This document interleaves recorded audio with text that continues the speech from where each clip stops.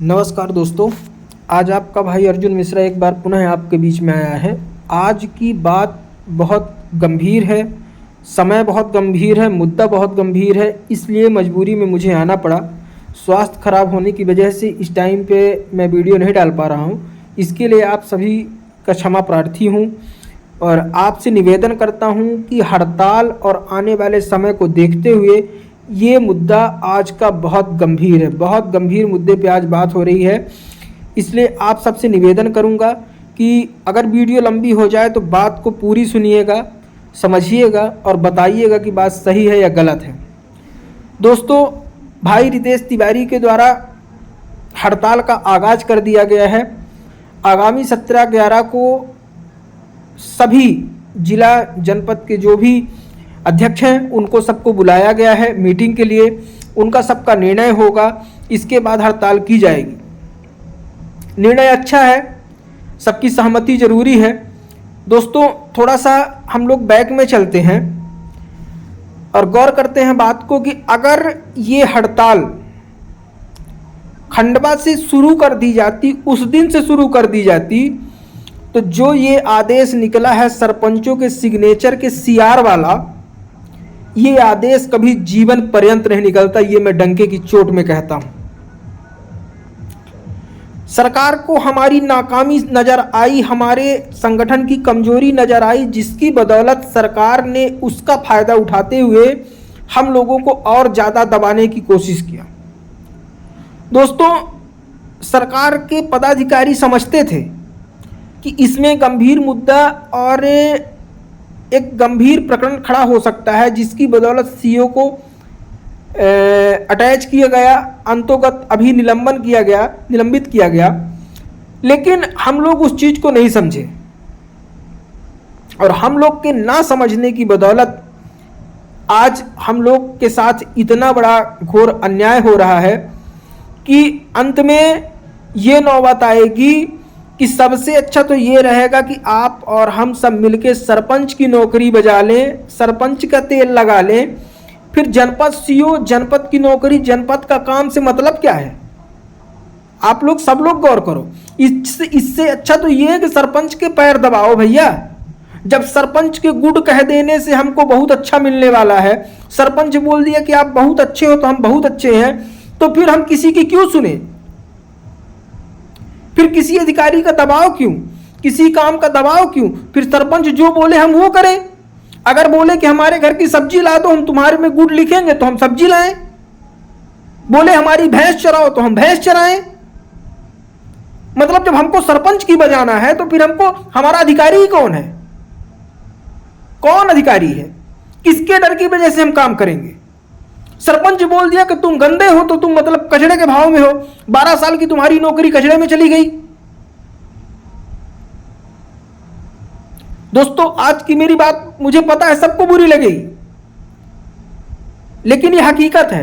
एक बार पूरे मध्य प्रदेश के जीआरएस अपने अंदर अपनी रूह को जगा कर देखो कि क्या ये अपनी नौकरी आज सुरक्षित है या नहीं है। आप सब समझदार हो, देख सकते हो आज 2 महीने से अनवरत सिवाय ओम शांति के कुछ नहीं चल रहा है। क्या मिलता है ओम शांति में? एक कुछ नगर निगम में लॉलीपॉप पकड़ा के बाकियों को मुंह बंद कर दिया गया। आज सभी अध्यक्ष सो रहे हैं। सोना बंद कर दो, सही समय है। और अपने हक के लिए जब से जाग जाओ, जब से एकता के साथ लड़ने लगोगे, वही सही समय है। कोई जरूरी नहीं है कि हमको चुनाव में ही हड़ताल करना है, कोई जरूरी नहीं है कि हमको चुनाव में ही मिलेगा। अरे जिस दिन हम पूरी निष्ठा से अपने ईमानदारी के साथ अपने हक के लिए उतर जाएंगे, सरकार देगी, सरकार नहीं देगी तो कोर्ट देगा, कोई ना कोई तो देगा। उस व्यक्ति ने अपनी जान गंवा दी अपने सबूत के साथ। आज तक कोई सबूत के साथ किसी की जान नहीं निकली, लेकिन उस बंदे ने सबूत के साथ जान गंवाई है कि अगर हम अपनी आत्महत्या कर रहे हैं तो किसी के प्रेशर में आके आत्महत्या कर रहे हैं। यह साबित हो रहा है कि जीआरएस के ऊपर कितना बड़ा प्रेशर है। इसके बावजूद भी आज मध्य प्रदेश का जीआरएस गुटबाजी के सिवाय, नेतागिरी चमकाने के सिवाय आज कुछ भी नहीं कर पा रहा है। अभी रितेश ने आंदोलन का आगाज किया, आंदोलन करने के लिए वो बंदा तैयार हुआ। आप सब देखोगे, पूरा मध्य प्रदेश का जीआरएस देखेगा कि आधे से अधिक जीआरएस टांग खींचना चालू कर देंगे, नेतागिरी चमकाना चालू कर देंगे, ताकि ये हड़ताल सफल हो ही ना पाए। मैं तो रितेश तिवारी से आज खुलेआम कहता हूं कि भाई आप भी एक जीआरएस हो, रितेश तिवारी हो, रोशन परमार हो, रानू राजपूत हो, जो भी अपने आप को नेता कहते हैं, जीआरएस कहीं कैसी कहते हैं, मैं उनसे सबसे कहता हूं, खासकर रितेश तिवारी जी से कहता हूं, भाई रितेश तिवारी, मैं हाथ जोड़ के आपसे निवेदन करता हूं, आप एक जीआरएस हो, आप घर परिवार वाले हो, आपके भी बाल बच्चे हैं। अगर मध्य प्रदेश का 313 ब्लॉक का जीआरएस अगर 250 ब्लॉक से आपको सहमति पत्र नहीं आता, अगर 250 ब्लॉक से सहमति पत्र, वो भी पूर्ण जीआरएस के हस्ताक्षर का सहमति पत्र नहीं आता, तो आप हड़ताल मत करना। नहीं वैसे ही होगा जैसे पिछली बार आप हड़ताल किए, आप शासन से नहीं लड़ पाए, आप अपनों से लड़ते रह गए। पिछली बार की भी हड़ताल में आपने अपनों से ज्यादा लड़ा, शासन से नहीं लड़ा। इसलिए मैं कहता हूं कि आप इस बार हड़ताल तभी करना जब सबकी सहमति हो जाए, क्योंकि जो भला होगा तो अकेले रितेश तिवारी के साथ भला नहीं होगा, अकेले जिला अध्यक्ष के साथ भला नहीं होगा, अकेले जनपद अध्यक्ष के साथ नहीं भला होगा, पूरे मध्य प्रदेश के 23,000 जीआरएस के साथ भला होगा। अगर 18,000 रुपए किसी की सैलरी बढ़ी है तो अकेले लड़ने वालों जीआरएस बस की नहीं बढ़ी है। अरे लड़ने वाले जीआरएस उसमें तो ऐसे थे जिनकी कुछ मतलब समझो आपकी कुछों की तो नौकरी चली गई, आज भी वो कोर्ट के लिए लड़ रहे हैं। और हमारे संगठन में, हमारे जनपद में, हमारे ब्लॉक में ऐसे ऐसे डरपोक व्यक्ति बैठे हैं कि अगर एक हड़ताल में 5 लोगों की संविदा समाप्ति होती है तो 10 के लौट जाते हैं। अरे 10 लौटने की जरूरत नहीं है। अरे जब हड़ताल अवधि में आपकी संविदा समाप्त होती है तो आपको पूरे जनपद के जीआरएस, पूरे जिला के जीआरएस को घेराव करना चाहिए कि हमारी हड़ताल अवधि में संविदा क्यों समाप्त की गई। हम जब तक हमारे इन साथियों की संविदा बहाली नहीं होगी तब तक हम हड़ताल समाप्त नहीं करेंगे। अब प्रदेश टीम से भी कहता हूं, भाई रितेश आपसे भी कहता हूं, हड़ताल अवधि के दौरान जितने जीआरएस की संविदा समाप्त होगी आप एक लेटर में हेड में निकालो कि मैं रितेश तिवारी तब तक हड़ताल समाप्त नहीं करूंगा जब तक पूरे जीआरएस की संविदा बहाली नहीं हो जाएगी। इसके साथ आप आगाज करना। अभी आप सबने दिवाली में अपने घर के खर्च के लिए, अपने घर में खुशियां मनाने के लिए अभी आपने 5-5, 10-10, 18-18, 20-20 हजार रुपए खर्च किए। अगर हड़ताल होती है, ये सबको पता है कि भोपाल में जो टेंट लगाएगा, जिला में जो टेंट लगाएगा, ब्लॉक में जो टेंट लगाएगा, उसमें खर्च लगते हैं। और अध्यक्ष जो भी होता है, चाहे ब्लॉक अध्यक्ष हो, चाहे प्रदेश अध्यक्ष हो, चाहे जिला अध्यक्ष हो, वो भी 18,000 ही पाता है, ना कि 80,000 पाता है कि वो अपने जेब से खर्च करेगा। इसमें हर मध्य प्रदेश के जीआरएस को समझना पड़ेगा कि अगर 18,000 वो भी पाता है, 18,000 हम भी पाते हैं, तो कहां से चलेगा। इसलिए मैं सबसे निवेदन करता हूं कि जो प्रदेश स्तर से राशि एकत्रित करने का आह्वान किया जाए, वो सभी लोग उसी तरीके से एकत्रित करें जैसे अभी आपने अपने घर में दिवाली मनाई है। अगर हम जीत गए तो हमारे घर में पुनः दिवाली होगी, और हम हार गए तो लड़ने का जज्बा नहीं छोड़ेंगे, बिना जीते लौटेंगे नहीं। ये जज्बा पाल के इस बार हड़ताल में जाना है। अरे कुचल कुचल के मरने से अच्छा है लड़के मरना है।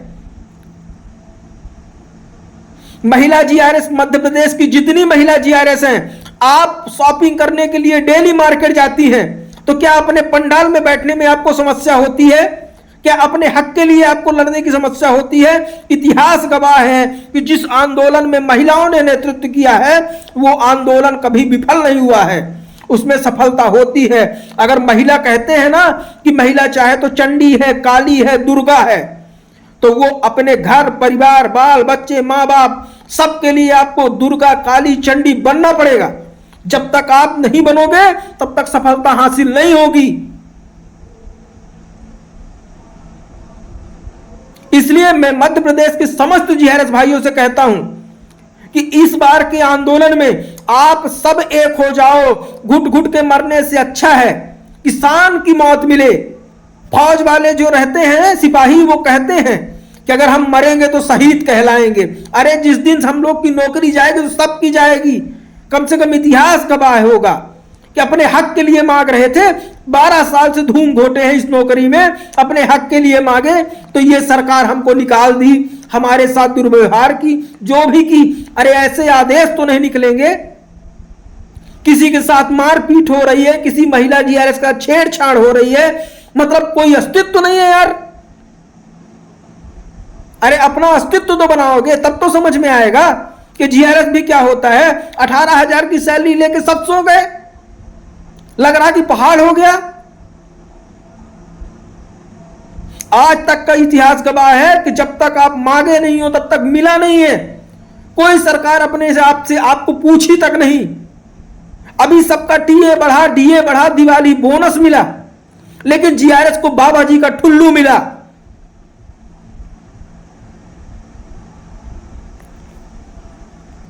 कब समझोगे इस बात को यार? कब जागोगे अपने हक के लिए? राजनीति करना छोड़ दो, ये 5 मुट्ठी बनना छोड़ दो। बनना है तो इसकी ताकत समेट के रखो। और रोशन भाई, मुझे पता है कि आपको, चाहे रोशन भाई हो, चाहे जो भी टीम हो, चाहे उज्जैन की हो, इंदौर की हो, जो भी टीम हो, जो भी अध्यक्ष बनने की ख्वाब देख रहे हैं, मैं उन सब से एक लास्ट बार हाथ जोड़ के निवेदन करता हूं, खासकर रोशन भाई आपसे।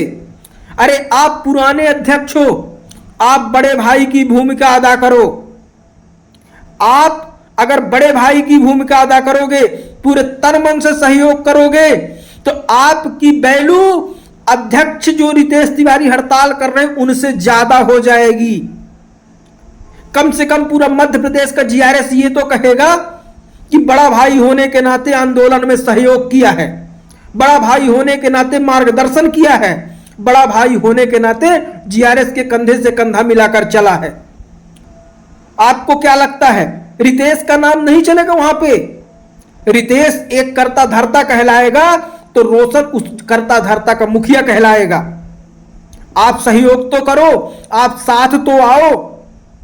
पिछली बार की हड़ताल की तरह विस्फोट नहीं फैलाना है।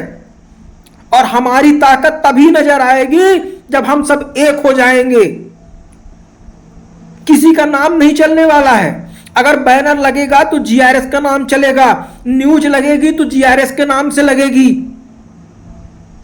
और जीत होगी तो मध्य प्रदेश के जीआरएस के नाम से होगी। दोस्तों, इसी बात से मैं अपनी वाणी को विराम देता हूं और यही कहता हूं, एक बार पुनः हाथ जोड़ के निवेदन करता हूं पूरे मध्य प्रदेश के जीआरएस से कि इस बार का आंदोलन इतना प्रचंड कर दो, इतना प्रचंड कर दो कि प्रदेश स्तर के हर कर्मचारी को समझ में आ जाए कि जीआरएस की ताकत होती क्या है। इसी के साथ मैं अपनी वाणी को विराम देता हूं। जय हिंद, जय भारत, जय जीआरएस संघ।